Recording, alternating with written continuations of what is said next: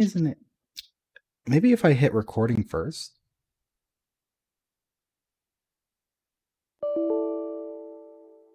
Sorry for anyone that's immediately here live, or I mean, I'm just going to use this, but whatever.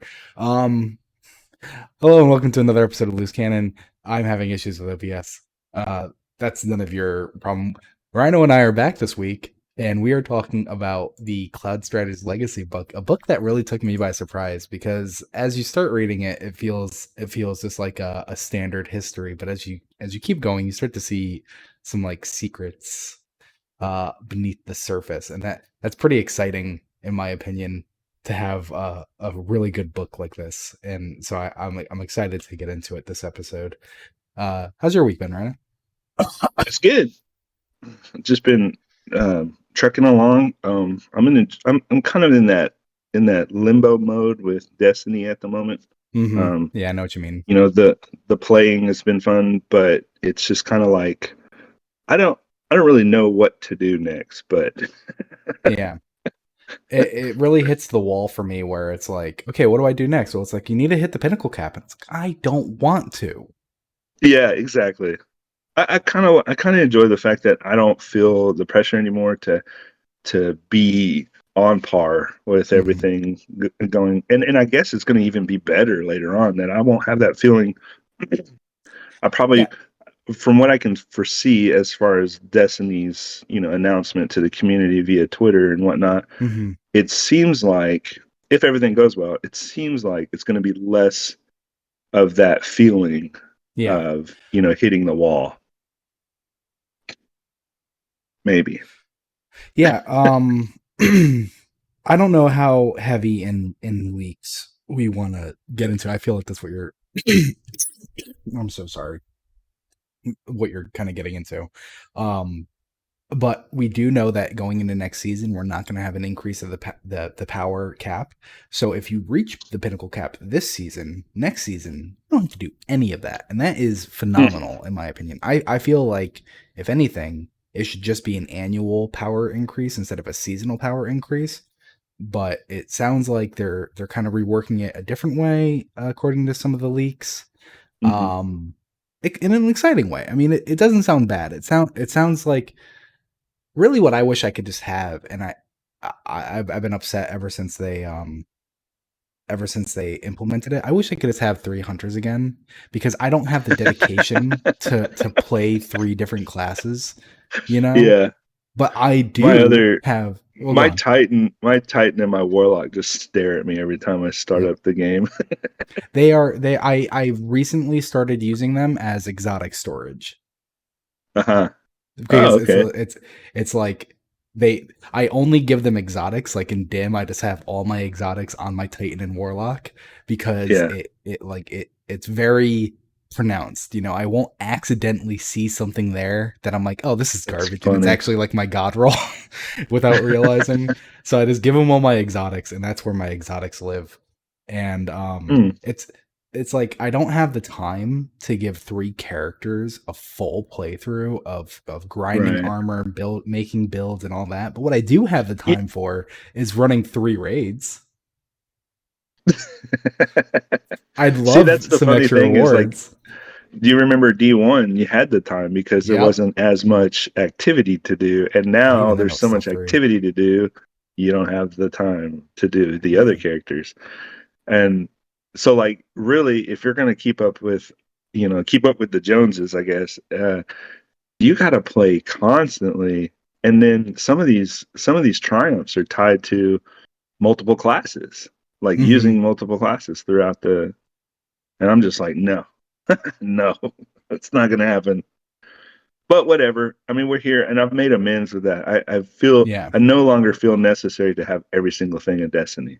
Yeah. That was a problem I had to learn in Beyond Light, where I was like really just running myself ragged trying to get seasonal titles every season. Every seasonal title I had to have it. I had to buy the medallion. I was running out of space to put these fucking medallions in the first place because I don't think well, I know they're not selling them anymore. I don't even think they're making them anymore. But I bought a community created set of medallions that were all like if D1 had medallions. So there was one for the Taken King Oh, raid, which cool. now there is Yeah. one for the Taken King raid. There was one for Oh, SRL. that's There was cool. one for Iron Banner, which now there is one for Iron Banner. Things like Yeah, that. So it's actually not even hung up because it's just so fucking heavy, but I have a chest of just like filled with those fucking medallions, and this is too many. that's So, funny. That's so funny. and it was like I missed one, and I was like, well, I missed one, and that just kind of opened the floodgates of I can miss all of them. I don't need to get Yeah. them all That's anymore. what happened for a lot of people. When D2 first came about, a lot of people were having, trouble getting the chance, like the seasonal Hmm. stuff that happened. And then like once you miss that first thing, you're just kind of like, okay, it's like dominoes, right? You Yeah, just, all right, forget it. yeah, It's absolutely. that first one. It's like when you get a brand new pair of shoes and you put that first scuff mark on it, and Yeah, you're like, oh well, I guess they're I'm so gonna be clean doing until they yard get work dirty in the these. first time. Absolutely. Yeah. That's so perfect. That's exactly what it is. Uh, all right. Well, Lore the card? lore card's kind of short. Yeah, the lore card's kind of short this time. It's just not like extreme in any stretch of the imagination, I guess. Yeah. This came out Um, in Season of the Seraph, Irakanji. I believe it did. Yeah. Yeah, it's a Viced stasis It's a sniper, and it's a pretty decent one from my understanding. If you can get a good roll on it, so check with Banshee because he's sold some god rolls of this in the past. So if you're it's just it's funny because the weapon is so big when you look at it on your screen. You can't even fit it unless you have like massive monitor and you can stretch it to your field of view. But like, just it doesn't even fit on your screen. It's so long. It's kind of funny. The sniper rifle is a really big sniper, and then on the end of it, it's got this massive flash muzzle. Um, Mhm. but uh, after reading through, and doing the research on the Irakanji is what I think we decided to pronounce it. Mhm. It kind of makes sense. Um, so let's just get Is it a into it. very big jellyfish? It's well, no, but there's a particular feature about the jellyfish that I guess is what they're picking up on for the sniper.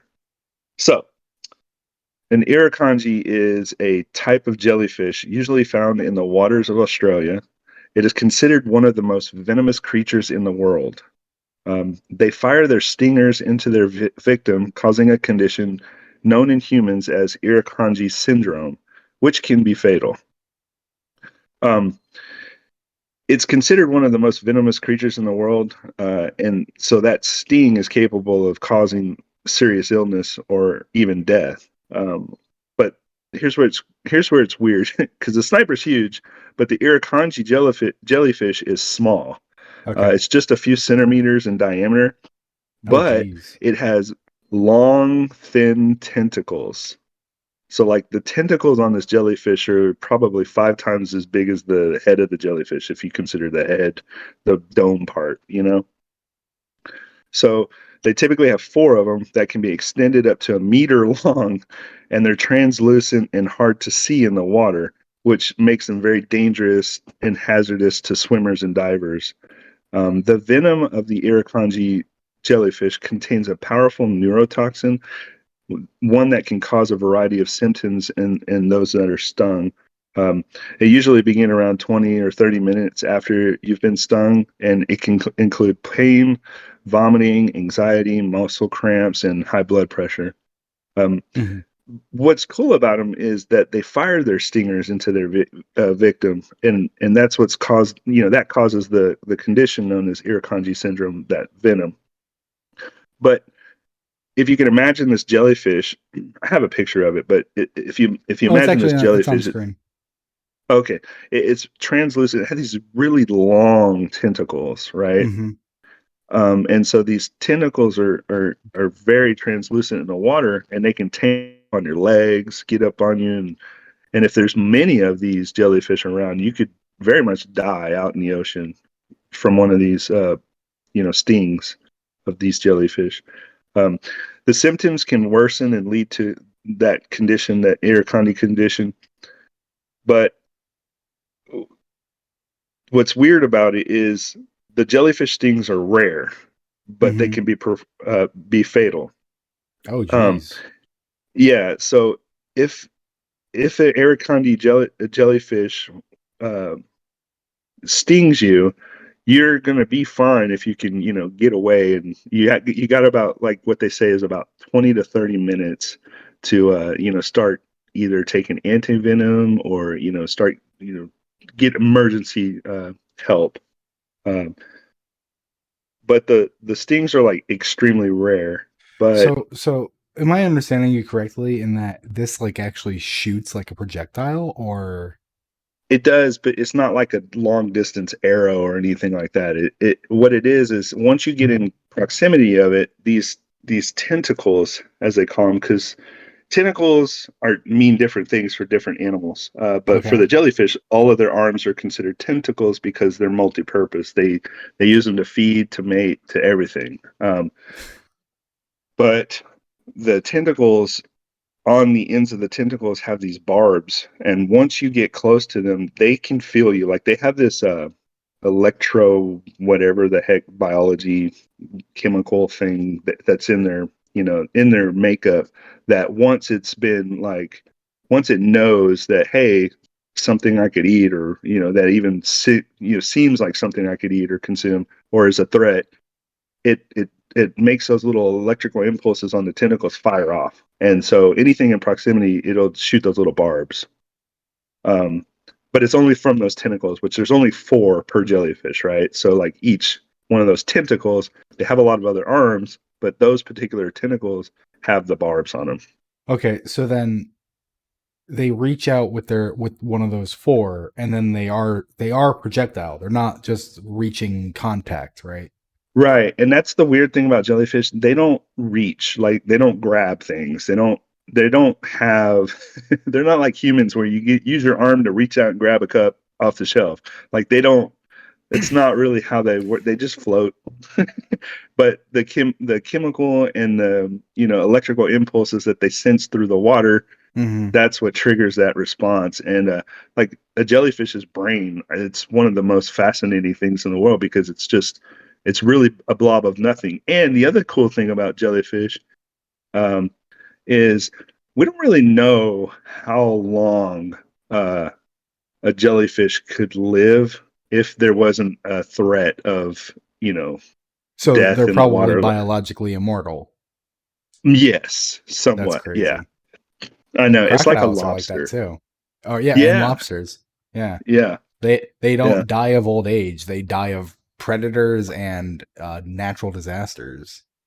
Yeah, and jellyfish can regenerate cells. And what's really cool about jellyfish is that they've led scientists to use their genetic makeup to try to help humans overcome, other things that, have to do with degradation, old age, blah, blah, blah. Um, I've but I've yeah, seen they're, where that goes. You don't want to do that. You yeah, get jellyfish people. That's a mistake. some sci-fi stuff, isn't it? Yeah. I mean, like that's Yeah, that's that's I like spit in a comic bookstore. You're gonna get one who has a villain who did exactly that. It might have not been jellyfish regenerative properties, but they're like, this animal regenerates. Let's incorporate that to our human biology, and then all of a sudden they're a fucking monster. yeah, that's funny. What's our fascination with trying to, use animals and insects to heal? Spider-Man, The Fly, the Well, movie The Fly. and well, here it's oddly relevant for today's episode. We're gonna get into it, but the Let's do it. Neomuni did it with nanites. But let's finish this lore card. Okay. Well, that's pretty much it. I mean, Oh, just, okay, perfect timing. one little thing to point out: if you if you encounter one of these things, get help as Yeah, I quick mean, as you said 20 possible. to 30 minutes. That's crazy. Yeah. And if you're in Australia, which, I would love to go one day, if I would And go probably have party with gone Matt. already, if it didn't have so many treacherous creatures out there. I mean, Matt's doing all right. Is he? Last I heard. Is he not? I know. Yeah, he's doing fine. I'm just Okay. joking. But like the Australian man, there's some Australians are tough people. Yeah, they got fucking drop bears out there. Yeah, Oh, drop bears. Look those things up, guys. yeah, that's terrifying. Mm-mm. And Right. bogans. And Logan's. Bogans. Bogans are Oh, like what we would consider rednecks in Texas, oh yeah, just yeah. without all the racism. Well, I mean, I'm pretty sure they probably just have their own brand, but Yeah. uh, I won't get into it. I'll tell you something after the show because you might find Okay. it funny. Wait, I thought you said Logan's, and I was thinking like, what? They got Wolverines over there. That's funny. Well, they do. All right. So this week we are going to be talking about the lore book, Cloudstrider Legacies, and so if you're watching on screen right now is a mural. Rana, you took this picture, right, or did you just get it off the internet? Yeah, no, I took that picture. I was Where is this from? walking around. Like I It's know it's the Neomuni. first. Yeah, it's the first path down. Once you jump, like when you land by, um, Oh, so it's right by Nimbus. yes, Nimbus. I couldn't remember the name, but Hmm. right when you land right by Nimbus and you jump off that cliff, and it's that first road to the left. Hmm. So this is many more Cloud Striders than we have names for, which is very interesting. And it'll become relevant again later in the show because there's one thing that I want to point out in one of these entries. But basically, this lore book, which is one of the, I think we have 3 lore books in the API. The season's almost over, and we're I still waiting know. on Where are getting they? these. Right. It's, I mean, I know it's not, they're trying to be defensive about things leaking, and this is the result of that, but it's really frustrating not having the lore on my phone even if I have earned it in game. True. um so we're gonna touch back on that, but this is one of the few lore books that we have in the API, and it's a very good one. It has like a bit of a shocking twist, and so it's basically it's 5 pairs of 2 entries each. And the first entry, we follow Carlita Capybara, who is the host of a learning show that has 43 seasons called Capybara Corner. Um, which means Neomuni must have capybaras Or know about them somehow. or know about them. But I mean, I don't know. I guess do you think Carlita Capybara is her birth name, Well, or is I that a mean, stage no. name? Yeah, that's totally a stage name. Yeah, Okay. so in my head canon, it's probably like when you watch a child's show and they dress up as the animal.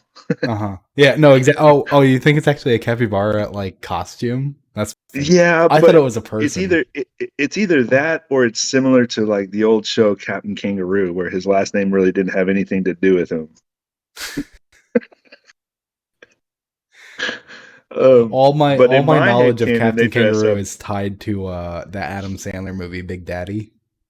Uh-huh. Right? That was I Captain didn't know that. Kangaroo. Was it Adam? Big Daddy was Captain Kangaroo? No, that was No, Adam Scuba Sandler beat him up or Steve. something. Oh, I don't remember that. I consider myself an aficionado of Adam Sandler movies. Yeah. The kid wanted to watch Captain Kangaroo, and Adam yells at him, and he's like, "I'm not watching it." And the kid gets really sad, and he's like, "All right," because I think it was like when the kid Oh, was that's going right, back because to of his dad Goofy's or something. song. He was getting like Yeah, taken by Child Protective Services, and he's like, "We'll never watch Captain Kangaroo again." And it's like yeah. that, like it was a really emotional scene. Either unrelated Man, to Capybara that's Corner. stuck with you. That's stuck It with did. you. It really did. Um, but yeah, also Scuba Steve. That was the one that they could actually play with. Yeah, yeah. Scuba um, Steve. so in this first entry, we also learned that Thursday, per the show at least, is Cloud Strider Day, which is where they remember Cloud Striders. So we only actually have Thursday episodes. Capybara Corner might only be a Thursday show. It might be like a weekly show where they just tell the story of a Cloud Strider, and somehow for 43 seasons. And the season has as many as, I think the highest episode number was 23. So it's like, Yeah, no, 51. Season 45, episode 51 is talking about the first Cloud Strider. So, like, were they working their way back to the first? And if so, they had that many Cloud Striders to talk about? well, you think like there's what 10 years And lifespan per that's kind of what I'm set per interested in. pair of Cloud Strider. So like 200 and how many years has it They been they they can't since? be talking about Cloud Strider. It has to be more than a weekly show. It has to be like either a daily show or a show that Yeah, has episodes multiple yeah, times in a absolutely. day. Yeah.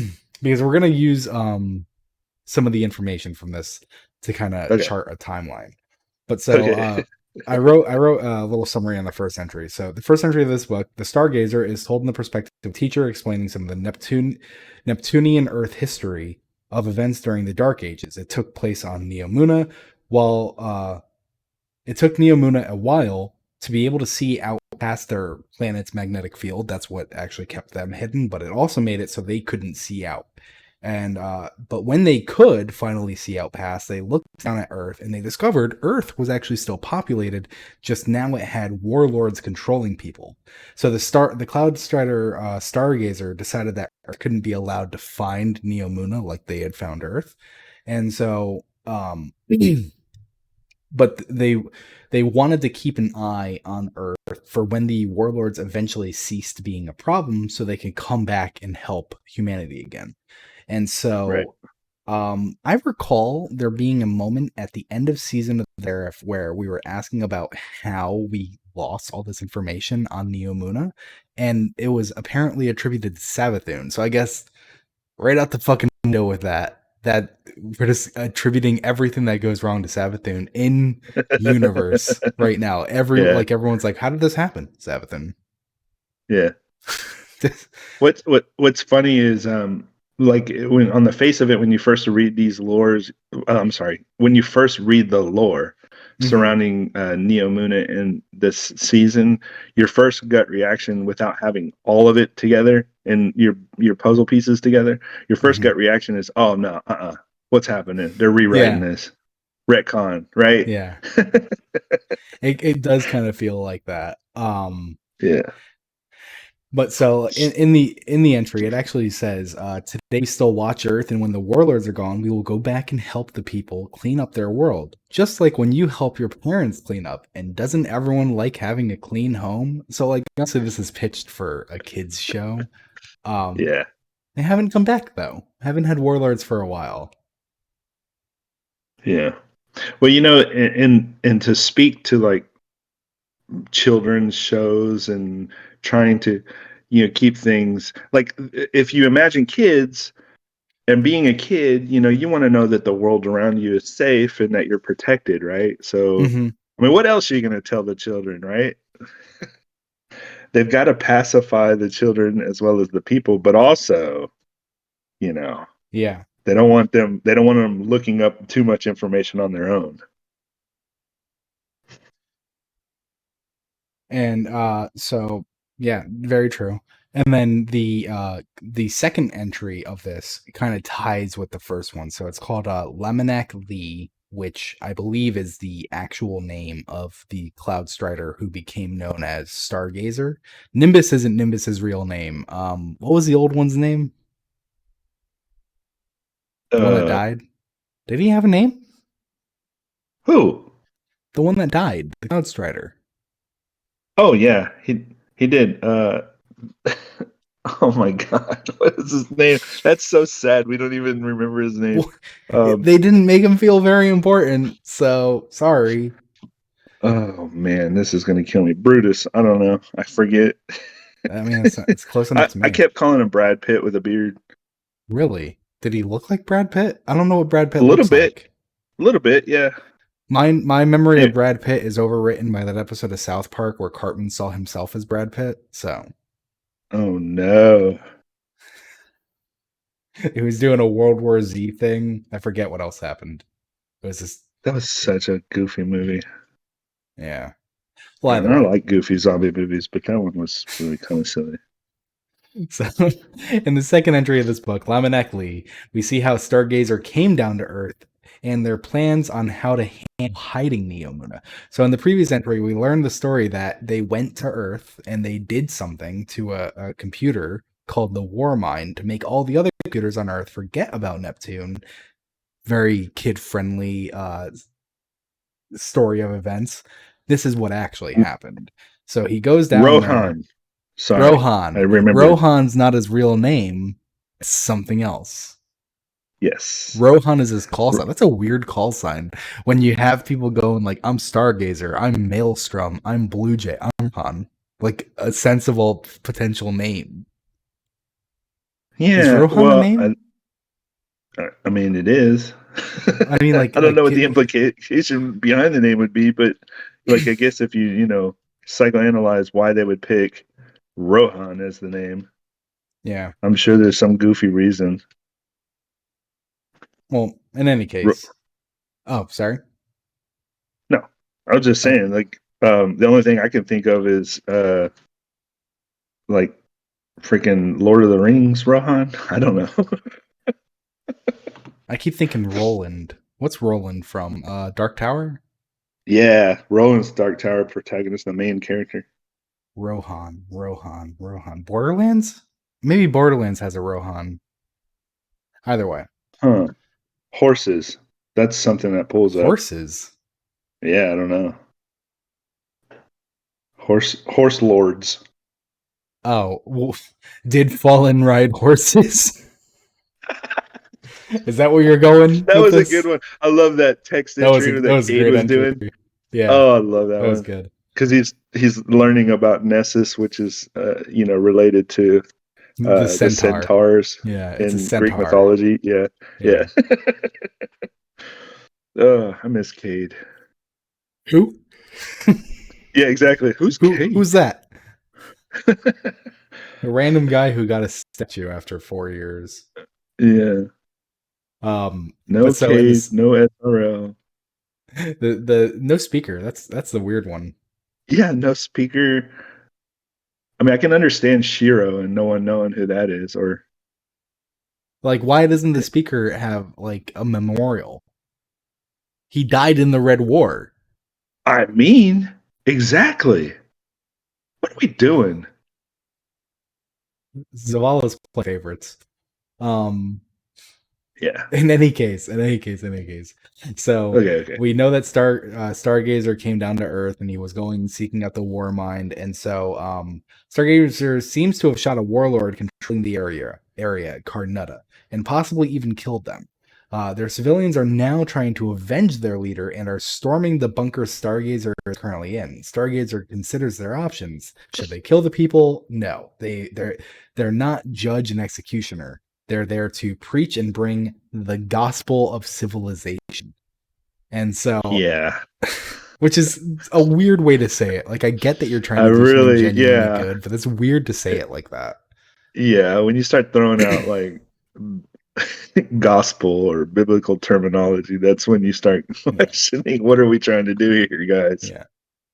And so he's in a Warmind bunker, and all these civilians are just in there, and they're just smashing every button they see, trying to do something to go and get this Cloud Strider that just came in and killed Carnutta. Carnunta. There's no way I'm pronouncing that right. Um, and so then the end of the century reads, so then how to keep the child from playing with the gun? Can't move the gun, can't break the child's hand, so destroy the gun? Malahayati, Sunset Protocol, initiate full system burn. Wait, Malahayati, access global archive, access Rasputin, route IC 33922600695, find replace Neptune equals null. Exodus Indigo equals null. Back, engage Sunset Protocol, ambient explosion, unidentified shouting. Well, Hernandez, now we have to find our way home. So basically, he erased all logs of Exodus Indigo, which is the first time we've heard that name, if I remember correctly. Yep. And what would become Neomuna. Yeah, which is an interesting explanation. Well, also, so there's the tie they use the tie with Malahayati, which Mm-hmm. we knew about Malahayati from old D1 lore, and so there was a lot of like we felt like that was a closed chapter, but we soon discover what the connection was between uh, what was Malahayati's ultimate, um, the point of that Mm-hmm. particular lore.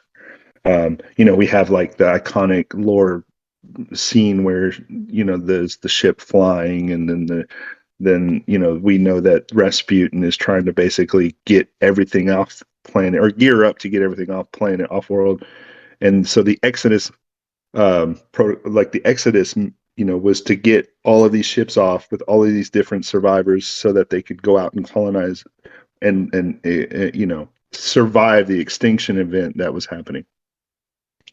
Yeah. Um, so the Indigo is tied to the ship that was carrying what would become the Neomuni, Mm-hmm. and they had to figure out a way to erase themselves from ever being found, and this was kind of how they did that. Yeah.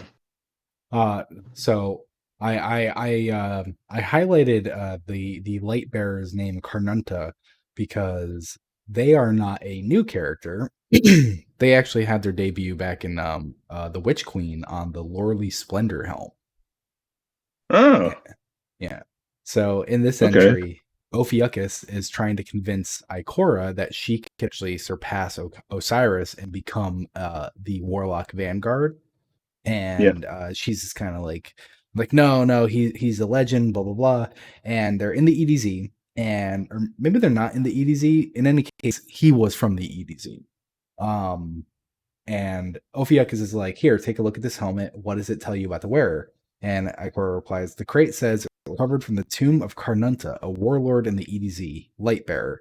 Don't read, deduce. She laughed, feeling silly, Gaelic-inspired design. She paused, gazing into the imperfect etching as something ate at her. I'm sorry, no. See this third eye, the cheek flanges? He clearly made a hive-inspired helmet to strike fear into his enemies. No, this was centuries before we encountered the hive. She turned the helm over and gave it a careful sniff. Dust, sweat, lice, linseed, frankincense, no smell of decay, oiled. A warrior is buried in his armor, but this was buried next to him, not on him. She hefted the yeah, weight of it in her hands, its light, and her eyes darted carefully over the helm's surface. No, the line in these etchings is inconsistent, handmade, and scans show traces of his DNA sealed in the seams. He made this himself, but it wasn't his. The fletching is infused with light, high visibility, easy to spot on the battlefield. He made this for someone who couldn't bear to wear it after Carnunta's death. And then yeah, she gently righted the helmet, staring into its visor. He made it for his lover, yeah. Which which is a the very good connection with helmet. Yeah, the connection with that particular lore entry has to do with the Valkyries and the Vikings, Mm-hmm. Mm-hmm. their burial ceremony, and you've probably heard by now Viking funeral, right? Yeah, yeah, of And so course. one of the things that they do before they conflagrate the body of the Viking out in the boat on the water is they preserve they prep the body, and so Mm-hmm. they use frankincense and these herbs and these fragrant smells to keep the decay and putrid smell away, but also to keep other things while they're waiting for the funeral. And so they'll oftentimes adorn that particular individual who was the Viking with all kinds of like ornamentals or things that were markers of that person's life. And Mm-hmm. then the Viking funeral is the final send off to show that the Viking can ascend to Valhalla, because they were essentially picked up off of the battlefield from where they died and already taken to Valhalla, but their body, in order for their body to pass on, That's kind of one of those ceremonies that they have, and it's really for the other people to take a part in and let go. Hmm. Uh, so I just think it's funny because the particular helmet that they're using has to do with Titans and their you know this flame thing ceremony, and then also in the lore it feels funny because they didn't never have the last like Viking funeral ceremony, if you will. So if you're wearing the helmet every time you break out in flames, I mean, I guess you're kind of doing that. Mm. So, but yeah, it's funny because like we get certain items in lore which have connections to real world. So whoever this individual was that was wearing this helmet that imbued it with their own light and their Well, own DNA. Carnunta imbued it with light and then gave it to someone else. Okay. Yeah. So like you're using a piece of gear And actually, that was t- well, yeah, finish your thought because I had something Mm. else. That's all I can think of is like you're using a piece of gear that has to do with somebody that's already dead. Yeah, I guess so. um, One thing that you just made me realize is I've long had the opinion that the exotics that we wear, like Helm of Saint 14, how it Mm. has this like special effect inside your Ward of Dawn, where it's like it, it does that because he imbued it with his light to operate in this specific way, and it sounds like Right. that's exactly what Bungie's saying here. Carnunta imbued his own light into this helmet for his lover, and now we use it as an exotic. I don't know what it actually does because it's a Titan exotic, but it does things. I think it actually does things about like protecting you. I think it gives you restoration, which is of an interesting way to kind of prove that. Where like that would be something that you would do when you're making a helmet for your lover in a wartime. You're trying to keep them Hmm. safe. So that's a fun little Easter egg on how exotics are created. Yeah, But also, it oh, gives you a gone. sunspot wherever you cast the barricade, and then that gives you health. Like that Yeah, helps you regenerate your yeah. yeah, exactly. But then also, it is dating the point at which Carnunta was alive around and died around would have been centuries before we encountered the hive. And so that's kind of messy Yeah. because we have the famous old lore piece where Shax bursts into the consensus meeting and is like talking about how we should not go into the fight with the hive on the moon, and it is already after Osiris was kicked out.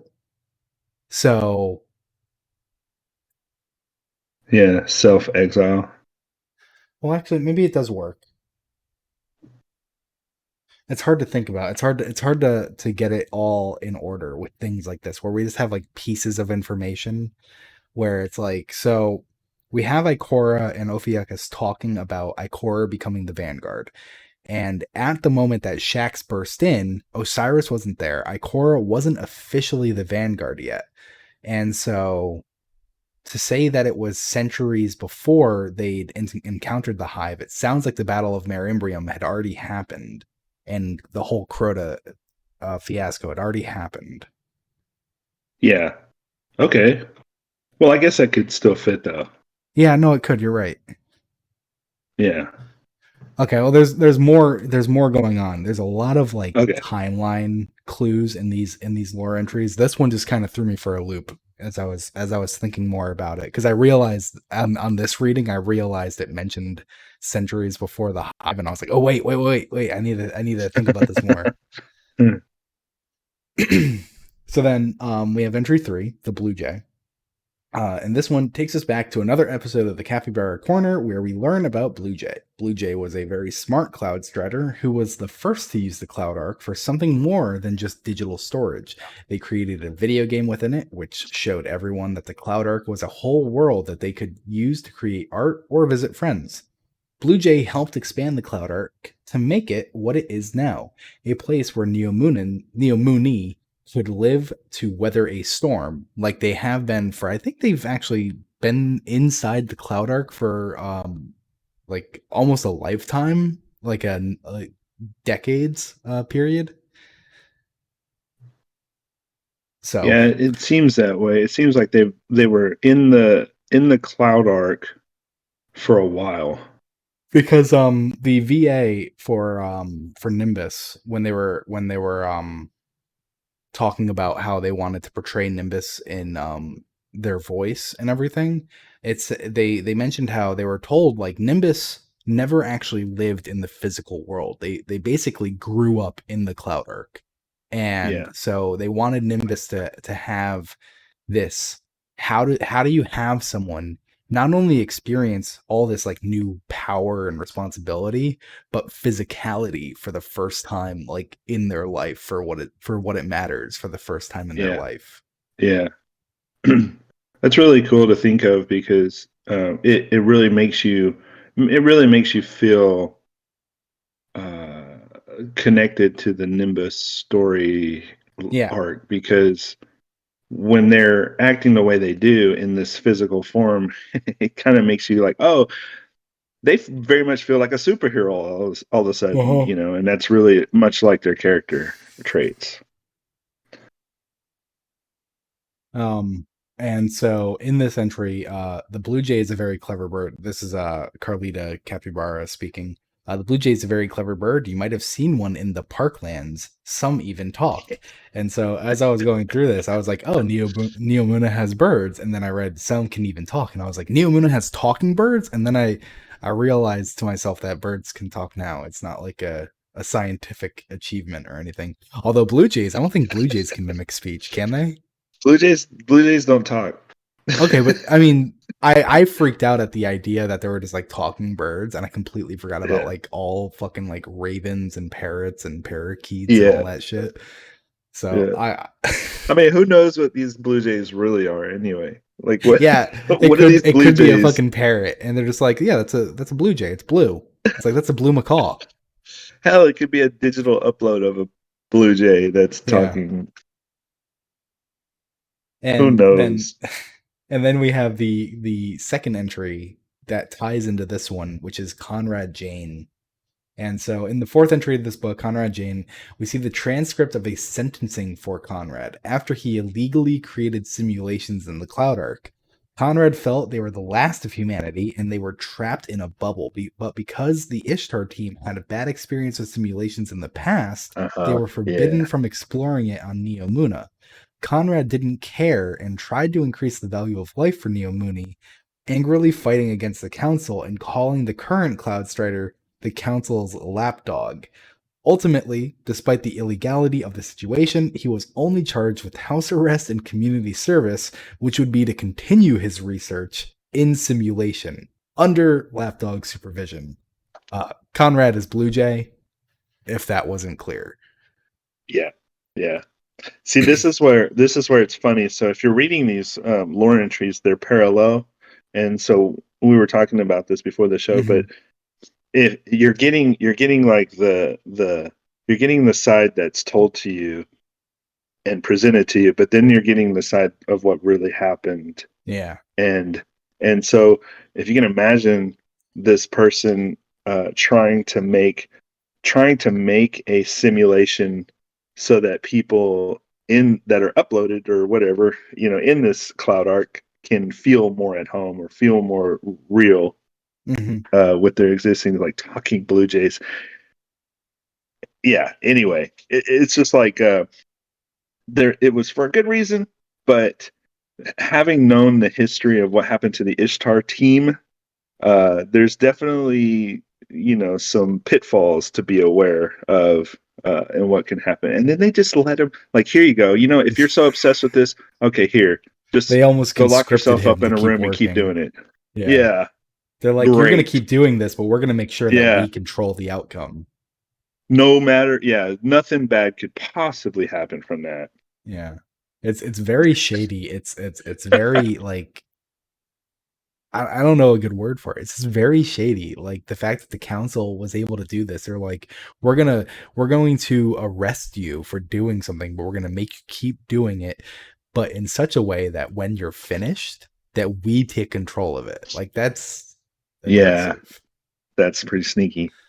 And so in the sentencing, Conrad actually says, simulation is an entire frontier we can explore to redefine what it means to be human, and you outlaw it just because we fear others' bad experience from hundreds of years ago.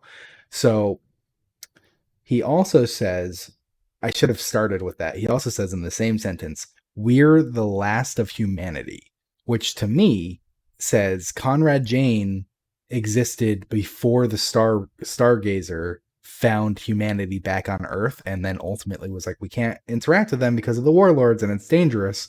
So he's saying, Right. we're the last of humanity. We need to do this now and explore simulation, redefine what it means to be human. And he calls out that you outlaw it because of the Ishtar team that happened from hundreds of years ago. So hundreds could technically mean like 900 years ago. It could even mean 1200 years ago because it, as long as it's not more than 2000, 100 still works. 1800 years ago is, you wouldn't say thousands of years ago to talk about Right. 1900 years Right. ago, you know? Even But even yeah, 21, 22, you might still say but sure. And hundreds. then hundreds of years ago could literally just mean 200 It years could ago. also just Like, mean 200 years ago. yeah. Exactly. And so the Ishtar team had that happen in the Golden Age. So this is saying the Golden Age was hundreds of years ago from this point. Cloud Striders lived for 10 years. Conrad claims they're the last of humanity. Thus, this point in time comes from before Stargazer rose as a Cloud Strider and found Earth populated, which was in the Dark Ages. So this is likely super early Dark Ages, and hundreds of years before this was the Golden Age. So Yeah. we bring up feature one. Did I bring up the right one? Yes, we bring up feature one and we have 1, 2, 3, 4, 5, 6, 7, 8, 9, 10, 11, 12, 13, 14, 15, 16 known Cloud Striders before Nimbus went in as a child. So if Right. Nimbus went in as a child and they've lived most of their life inside the Cloud Arc, and that means Rohan's the real question. Did Rohan also live most of their life in the Cloud Arc before finally coming out as a Cloud Strider and then living there, let's just estimate 7 years? So at like what Yeah. point here is uh this is 160 years of history. Well, they're Is always in Rohan on pairs. this? They're always in pairs. Oh So yeah, if exactly. you, It's not even yeah, 160. Yeah, it's what is yeah, that it's like? divided by two, Well, it's not divided technically. by I two guess, because well, it would be close because one of them overlaps. Well, one well, of yeah, but them, I don't think they overlap. Do you think they overlap perfectly? Like Rohan becomes a no, Cloud Strider. He's no, 5 years a because Cloud Strider, and then he's got Nimbus, and then he's 5 years and he's gone. Nimbus has Rohan five was the years first. Yeah, Rohan was the first to die as a Cloud Strider before their expiration date. as well. Yeah, which is Yeah, crazy that they were that successful. yeah. So 2, 4, 6, 8, But what I'm saying 10, is 12, so 14. so. So, But let me ask yeah, you yeah, this go though. ahead, go ahead, go ahead. Rohan Okay. becomes a Cloud Strider, right? So he's 0 years old. He has his senior Cloud Strider. How old is that senior? Are they 5 or are they 7? Who knows? You know, like if they're 5, it means their senior has perished and now they bring out Rohan and so it's 5 years I get what senior, you mean. I five get what years you mean. junior, or do they spend like 3 years as an apprentice, 3 years, 4 years on your own, and then 3 years as a That would make more mentor? sense because some of the lore entries seem to suggest something similar. That Because there's only so one if Cloud they, Strider. Yeah. yes, Actually, but there are this one two. exactly. There's two Cloud Striders, but one's on the way out and one's on the way in. As Yeah. there's two. And Conrad Jane, I think, suggests that because Conrad is calling reference to who I believe to be the Maelstrom, being the Uh, lapdog. And so that okay. means Maelstrom's on their own, and then Blue Jay comes in immediately after Maelstrom. So it's like they were in this, like, I'm Yeah. just assuming 4 year period where Maelstrom is the sole Cloud Strider, and then Yeah. in a couple years after working with Conrad, all right, Conrad, you're gonna become a Cloud Strider as well. You've signed up for this, blah blah blah.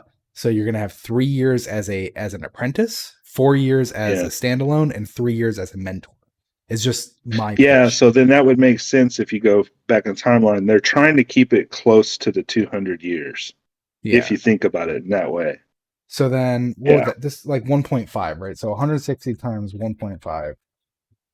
No, that's not right. No, Times point 0.75. I can't math. I'm going to just shoot in the dark. It probably took It's like them a 100 good, years. well, no, I mean, I would say it's probably over 150 at No, because least. this is But I'm going to, 160 right here, assuming it's one every 10 years. I wanted to say it was 180 years and it took them about 20 years to get to that first Cloud Strider.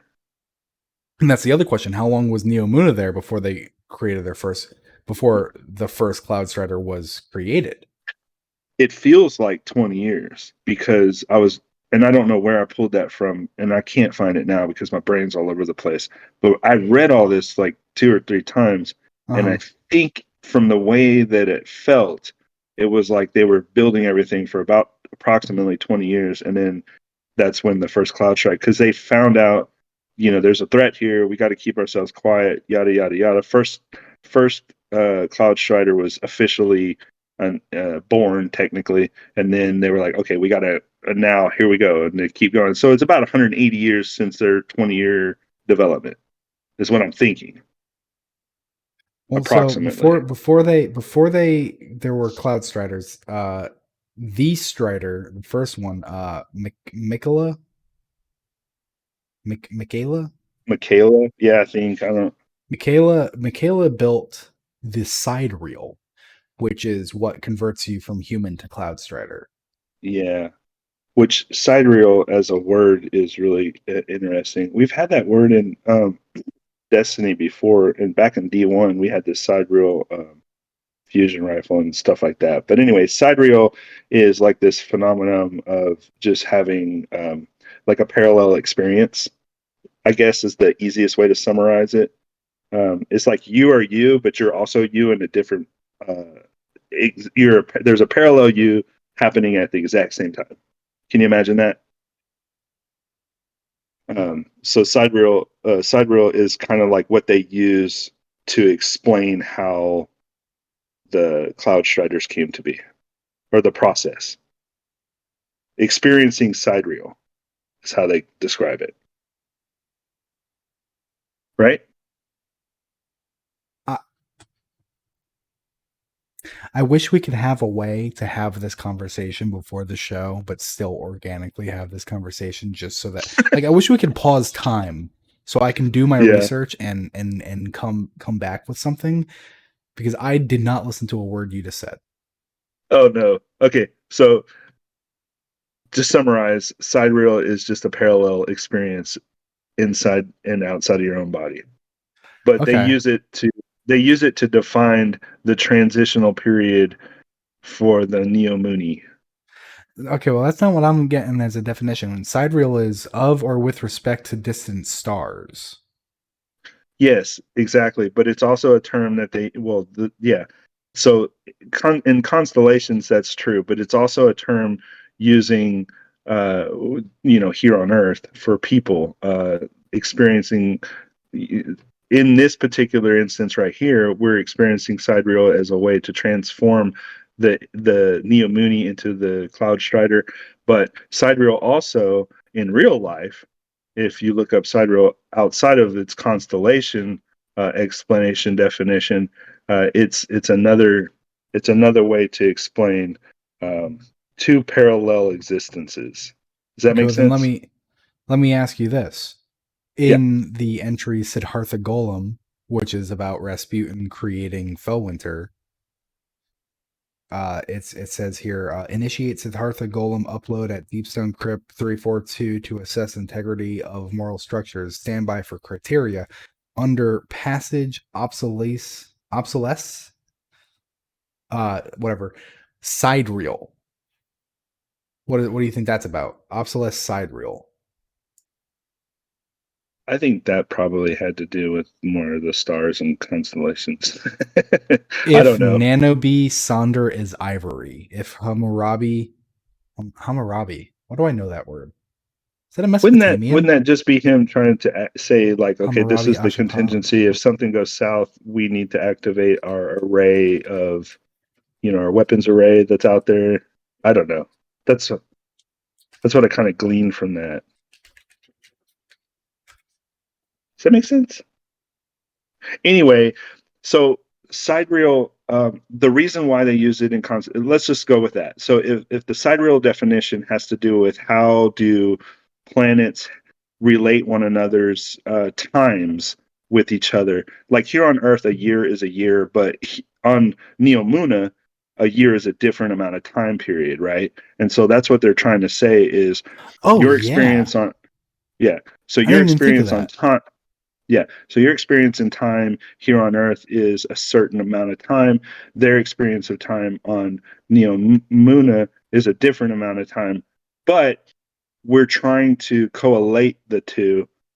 Uh, is that even how you say that? So you're trying to relate the two into a more comprehensive way to say this is time. This is what the time is, or like this is how the two different entities are experiencing the same linear time, just their time experience on that planet is different from one another, So that throws right? another wrench into it because if they only live for 10 years, but they live for 10 years on Neptune time. But yeah, and I know where you're going with that. We've already smashed that because It's we know that 165 years. yeah, it's not 10 years is 10 years. No, but if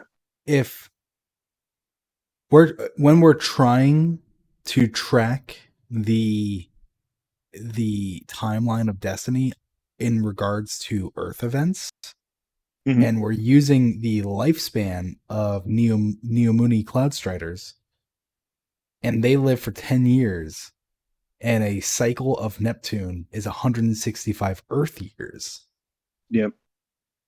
You still think it's 10 years Earth years? Yeah, I know for a fact it is How do you know for a because fact it in is? well because it's in the lore. There's no way that the events that had happened could have happened in that long of a period of time. You don't think they live for 100? They don't live for a full No, cycle on no, Neptune? no, They not live at they all. live for a tenth of a cycle, a 15th of a cycle of Neptune. Cloud Strider, because in the lore it even says like they didn't even make a full pass around whatever the planetary thing was. I'll That's have to find crazy. it. That's Yeah, crazy. No, I believe you. You don't have to go looking yeah, for it. That's crazy to hear yeah, though. Okay. yeah. They literally live really short 10-year lives. Hammurabi Ashurbanipal. Why do I know that word? It's because the Rasputin used it to God, what was that? That was the Gilgamesh. He's a Mesopotamian. yes. Oh, Okay. yes, because Okay, he used that that term to define what was the protocol? God in dang any it! case, There's too much uh, syntax with regard to Rasputin's stupid I'm back. protocols I'm and. on. They might be giants right now. That's what I mean by he's a Mesopotamian. That's why it was driving me crazy. Um, I'm gonna go see them in a couple weeks. really, that's Yeah, exciting. their show was canceled or their show was postponed from, and COVID. they were supposed to come here and do a show with the entirety of the Flood album. Uh huh. And it's finally time. They kept Oh kicking it, man, kicking it, kicking it. Yeah, that's can't great. wait. I've already Yeah, seen it like 4 times, but the communists really do have the music. So I mean, there's some good composers. Okay, okay. to So back, to to back the to to the. the to the two other fans of They Might Be Giants, you're welcome for for these references. I know the people on the show are probably like, "What?" Yeah. Um. The next entry brings us So we're in any case, we're seeing that's why this episode I'm calling it Neomuni propaganda, uh, because this book really shows a lot of propaganda about how things are handled. And the next entry is probably one of the best. So I'm very excited for this one. So entry 5 brings us back to back to another totally not edited version of Neomuni history, with everyone's favorite teacher going on for 45 seasons, Carlita Capybara. This time we learn about the mean Uplift Coven who try to make everyone Cloud Striders, not realizing that sacrifices are required to be one. Don't worry though, Yeah. because the Cloud Strider Maelstrom made them stop by asking nicely. Hmm. Well, from the name, if the name Maelstrom implied anything about their character, probably not. Like that's literally what it is. Like here are the last paragraphs. Why shouldn't more people be Cloud Striders? That's right, because the Cloud Strider sacrifices. A Cloud Strider must have an affinity, awareness, and altruism. You cannot be a Cloud Strider if you demand things from other people. Maelstrom made the uplift oven stop, and now Yeah. they are very careful to teach everyone to be better citizens when they are young. Because good children grow up into good adults and even good Cloud Striders. That's all for today, Ninos. 3, 2, 1. Now have fun and remember, thank you, Cloud Striders. Like that's aggressively propaganda. Right. You Yeah. you you had a terrorist sect in your city, and the Cloud Strider made them stop. How? How did they make them Mm-hmm. stop? Mm-hmm. Never mind. Go have fun, kids. Grow up to be good adults, or the Cloud Striders will make you stop. Yep. You will go to sleep forever. Oh my god. And so going through these going through these I had a note here because good children grow up into good adults and even good soldiers, and I said this is a little dystopian. I was still kind of coming to terms with just how propaganda this was, uh like it's pitched under the we're all good people guys, but like I don't know, if this is a different game I would be more afraid that there is a secret shadow cabal. Oh my god. It's a joke on the current Shadow Cabal, the Shadow Legion Cabal. Like like someone at Bungie is like, and we're gonna call this group of Cabal Shadow Legion. And it's gonna take place in Neomuna, where the council will make you stop working and then make you keep working, but so that they can take it when you're done with it. Like Huh. Neomuna is Shadow Legion. horrendously corrupt. Yeah. I love it. I love it so much. It's so great. I was Yeah. blown away by this book. Yeah. It And was good. and so if you want to know how Maelstrom made the Uplift Coven stop, where I'm just gonna read the entire next entry called Cedric Asser. Oof. Uh This is a so good one. transcript follows. You're a good kid, Geist. Sorry for shooting you, but you gave me the business better than I expected. My fault for picking the best to be my protege. Hope and an audio apology's good enough. You were all good kids. That's really the problem, wasn't it? Train 22 kids to be gods and then only pick one as Cloud Strider. My stupidest idea in a lifetime of them. There's so much to learn about this new body. I thought we'd just train candidates up in sim, screen the ones who couldn't handle it, but damn if you kids didn't rise to every challenge. And I spent so much time talking about the danger and the thrill that I never shared the first lesson of being a Cloud Strider. You don't die after 10 years. You die the second you gulp your first breath with those new nanite enhanced lungs. You don't get to be human anymore. Not with this kind of power. You don't get foibles or fears or wants. You're an ideal. You need to be the best things about the city, the kindness, the empathy, the courage, and give up the luxury of weakness. All of you were driven, talented, but Geist, you were the only one who didn't need it. You're the one who'd helped the city as a city or a strider. And looks like I was right to not pick Apur or Lakahari and their little coven. 10 terrorists with Cloud Strider training. No matter what the history books say, that's my legacy. I know you wanted me to go soft on them. I did too, but like I said, we don't have the luxury of wants. But I'm free, kid. My warranty's up. I'm leaving you a present, something my mentor left me. The kill codes for the side reel. Hit that switch, and you never have to doom another soul to this life. The rest of the city has to step up instead. Every regret I have, I can't bring myself to end it. Maybe you have what it takes. You can even blame me. I won't tell. So, Yep. Yep. Cloud Striders have a big red button. Yep. And I hope that wasn't just a throwaway. I hope that they weren't just like, yeah, let's have this. I hope this is like the year's story that we're gonna have like Nimbus fucking hit that button and realize what a mistake Cloud Striders are. Oh, that would be treacherous.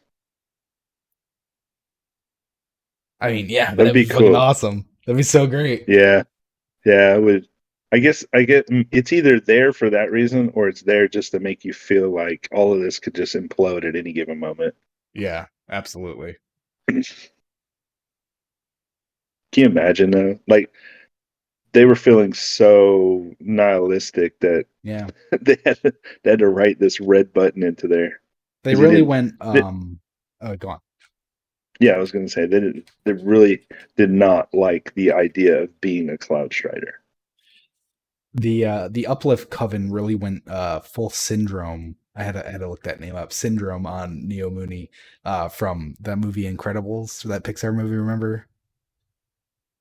Oh yeah, The to take the ginger power kid away. who was like Yeah, death to all supers because if you're all special, no one is type of thing. They're yeah, just like, no, we all get to yeah, be gods. You're not special. yeah. That was They would anyway. have been warlords. They legitimately would have been warlords of the Neomuni. Yep. And War. that brings us. Oh, sorry. No, I was going to say that just goes to show you, like humans, fallible creatures, it can Hmm. exist anywhere. Just because you move from your problems, don't mean your problems didn't move with you. Yeah, yeah. And so I'm pretty sure all of these are going in reverse order. Like they started with the most recent, like the first episode's talking about Rohan, and then they're working their way back. Stargazer, Blue Jay, Maelstrom, and it all comes down to the first ever Cloud Strider, the Strider. So gather round for more propaganda, I mean important history of the Cloud Striders, children. In this episode of Capybara Corner, we learn how the first Strider saw everyone fighting and felt it would lead Neomuna down a dark path, so she made the side reel. The side reel is where humans give up their life to become Cloud Striders so everybody else can live peacefully. Don't know why she would ever fucking make that. Well, somebody had to protect the sleeping. I They use weren't sleeping sleeping. yet. They were Yeah, you know alive. what I mean. You know what I mean, though. Like I use that term sleeping as like Yeah. non-woke, awake Yeah. type individuals. Like given everything that came before this, I can't help but feel like Strider here, her real name being Michaela Julaha, definitely not pronouncing that right. Um Yep. Michaela, Michaela I'll just J. call her, yeah, Michaela J. Uh Michaela J was probably like altruistic, like thinking like, no, like we need someone to like rise up as like the central force to protect people because like we need to be able to Right. end this war, and sacrificing the one as like I will make myself this nanite experiment and protect people from the Vex, I imagine they were fighting mostly. um Yeah. it is a noble cause. However, we know how the council fucking worked. That's not what happened afterwards. Like it's a propaganda machine, and it just started getting turning with the side reel. Yeah. And being the first Cloud Strider comes with being the first to learn the side effects of being a Cloud Strider, which Which brings is us yeah to the to final to the entry. last one. Yeah, this Yeah, one's a good one. yeah. So we're gonna read this one as well. Um, So, Neomuna Department of Health. Patient ID ML Julaha 00027.1395. Dated error. I fucking hate how Bungie does that with like these. You're not allowed to know the dates. I know Audio they're sneaky transcript bastards. confidential. Amma Julaha. Mom, Michaela Julaha. Hey baby. Oof. Amma J. We saw you on the feed. You were amazing. Does your arm hurt? Michaela J. This thing? Nah. Doc says it should. Doc says this one should grow back. Maybe a couple of days, just like the fucking Irukandji. Dr. Sophia Guo. Closer to 24 hours, actually. Your abnormal nanite colony seems to coordinate repairs better every cycle. S. Duo. And I asked Nurse Chakwas to not let anyone in here. Michaela J. After 7 years, you still haven't figured out no nurse can keep this girl out of anything? S. Duo. Well, nice as it is to see you, Alma, please wait in the lounge. I'd like to speak to your mother alone. Michaela J. I want her here for this. SGO. You sure? Inaudible. SGO. Michaela, there's a lot we still don't understand after the accident. Your nanite colony and the cultures we've taken are all going strong. Your Cloud Arc nodes are still doing whatever it is they do. Even your original assistive socket is pristine, and we should be swapping that every 5 years. Michaela J. But SGO, but this is all a strain on for your organic parts. The human body was never meant to heal or this fast or push this hard. Amma J. No. SGO. There's extensive micro scarring across your liver, heart, kidney, spleen, and brain. Michaela J. The Big Five. SGO. If I can't figure out how to suppress your nanite colony long enough to operate, we can start replacing Michaela J. I assume you can't. Inaudible. SGO. 8 months. Maybe 10 if we keep you off the front lines. Amma J. Mom. No. Michaela J. Hey, you come here, little one. Amma J. You can't die. Michaela J. Dying is just part of life. Everyone does. It's boring. I should have died a long time ago, but I got just a few more years to watch you grow up and love your daddy, and honey, I got to save people. Amma J. I need you. Michaela J. You don't need me. You got another mama inside you, made from all those good memories. That mama will always be there when you need her. Amma J. Can I just stay with you here a little while? Kayla J. I don't Yeah, want anything else in the whole world, baby girl. It's a very sad entry. yeah. I like it Um, though. It's you know, if you're a parent or whatever, you know that yeah. the sacrifice is much greater, and you know why you're doing it even Mhm. more. When you have kids, it oh, it And can there, be rough. there's one thing that I didn't notice until reading it right now. Um, so she says, dying's just part of life. Everyone does. It's boring. I should have died a long time ago. So she's at the end of her 10-year span. And actually I think they said it was only 7 years. Yeah, this particular one instance was Yeah. about 7 years, I Because think. she Yeah, was on the front lines so much, so it was more intense, which is interesting. yeah, So it's not exactly 10, it's roughly 10, depending on how much fighting you do, which is an interesting thing right. to learn. But so in any case, she makes it sound like uh I should have died a long time ago, but I got just a few more years to watch you grow up. It sounds like Michaela here, as she was building the side reel, it was trying to save herself. It sounded like she was suffering from something and she was trying to create this like nanite thing to rebuild her body so she wouldn't die.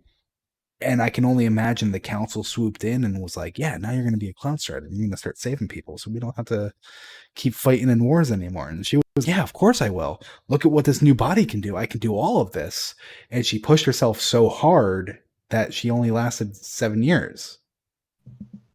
Yeah, I think you're right. That makes a lot of sense now because I just assumed that she was a part of the the Exodus Indigo and experienced all that and was just trying to Yeah, and maybe she help. was. Maybe she was like one of the like lead engineers on the Exodus Indigo and whatever. And it was just Yeah, like something happened where she was dying herself, kind of like Clovis, or yeah, less like Clovis, because Clovis had like a fixation on dying of old age, where it sounds like she had like medical issues causing her yeah, to die. yeah. Could be. Well, we know that the nanites, I mean, what we know about nanites and Siva, Hmm. I mean, there's a lot that can go wrong. Man, that And I didn't actually read this book before our last episode where we had our April Fools about the yeah, Siva nanites deteriorating the inside of your body and everything. It's like it's funny how fucking like in tune with Bungie I was when I was making that. yeah. I thought it was pretty funny because that whole April Fool's uh, part of the episode, I was just Yeah. like, people are just going to believe this big time. It's too easy to believe. Yeah. Especially when you want to believe it, when you're just like, which is weird because Strand is fucking amazing. Like now that we have all the toolkits for Strand, Yeah, like it's so fucking yeah. fun.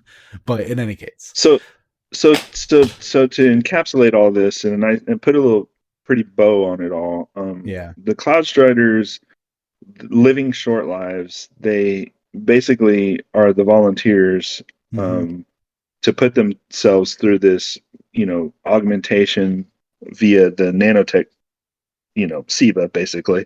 Hmm. Um, Advanced Siva yeah, technology. advanced SIVA. And so, knowing what we know about the warlords, or them knowing about the warlords, do you Hmm. think they had any clue as to what the SIVA outbreak was No, on I bet Earth? they didn't. I bet they, because so much of this, and actually, thank you for reminding me to go back to this, where in the first Capybara episode that we read here today, we Yeah, still watch Earth, and when the warlords are gone, we will go back and help the people clean yeah. up the world.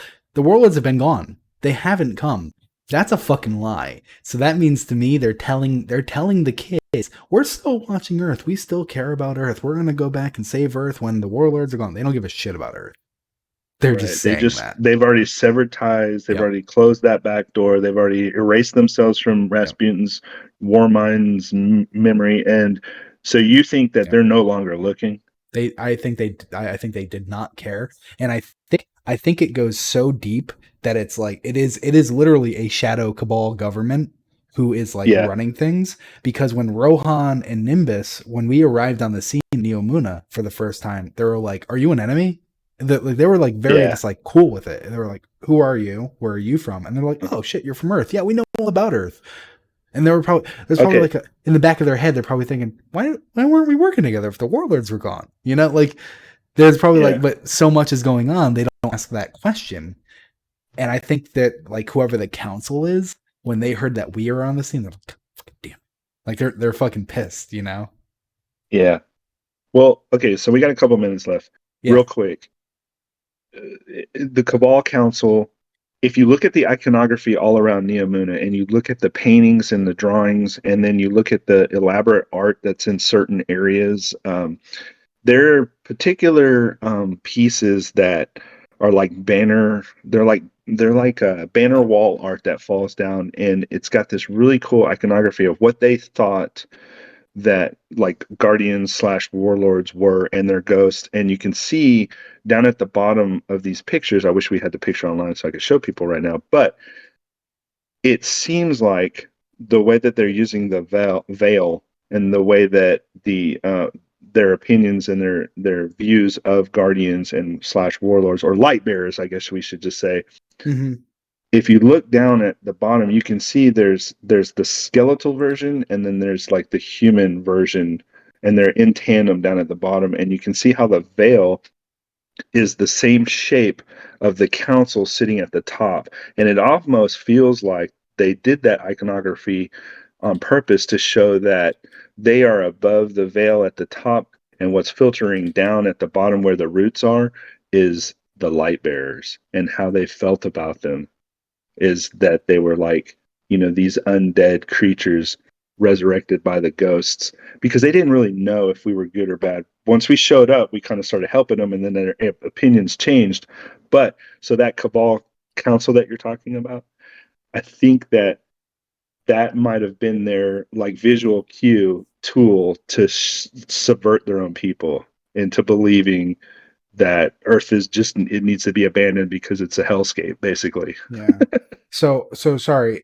You made me think something. So I dipped out on part of what you were saying.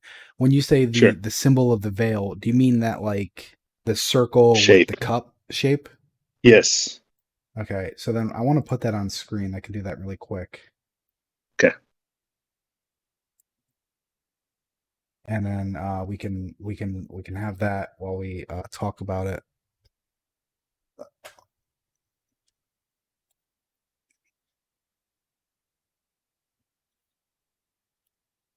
Okay, so that's on screen now. Okay. Um, Yes. There it that is. one. Okay. Yeah. So what were So you saying if you that symbolized? if you turn it sideways 90 degrees where the cup is facing up, Okay. there is there is art in Neomuna, and it's on these banners on these walls.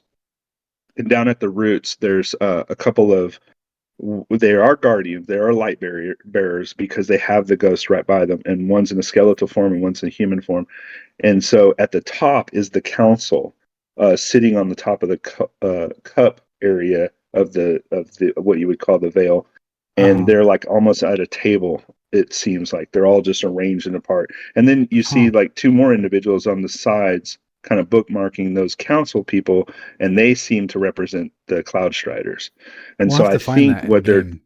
Get a yeah, screenshot of it. it I'll have to get a screenshot, but I had one. Maybe I'll share it on Twitter. But it's a really Yeah. interesting idea, to use that kind of like tool to visually show the people in Neomuni what they think the veil's intention, or like how to use the veil and its intentions, and why the warlords are bad, or you could be bad, and why Cloud Striders are good, and the council is the ones that are Hmm. using the veil to protect and propagandize their own individuals. Yeah. Anyway, Um, so when you were saying that, when you called Carnunta a warlord and then corrected and called him a light bearer, it reminded me of the Lordly Splendor helm. And I remembered Ikora called them a light bearer, and I was like, wait, did they not even call Carnunta a warlord? Were they just a light bearer hmm. like before Guardian?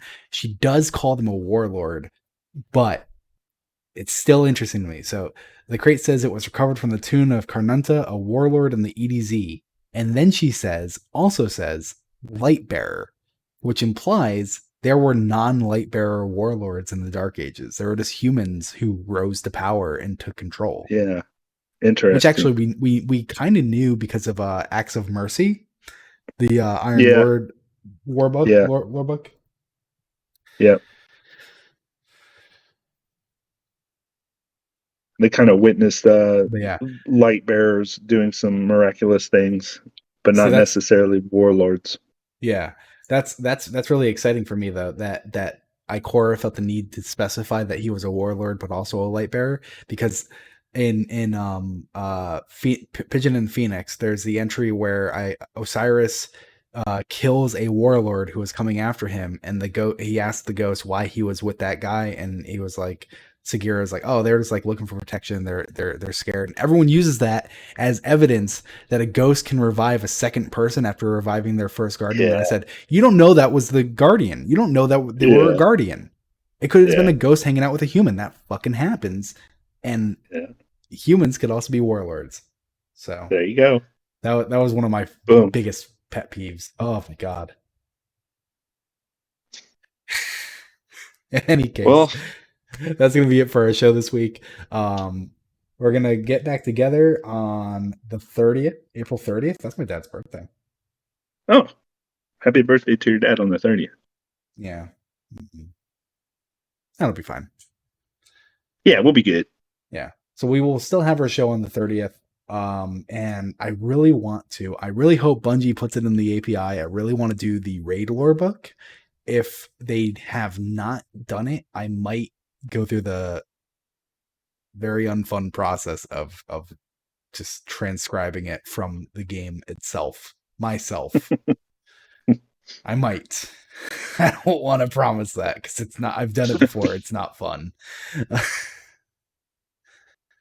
In any case, so that's gonna be it for us this week. We hope you had a good time watching. Bye, everybody. Bye.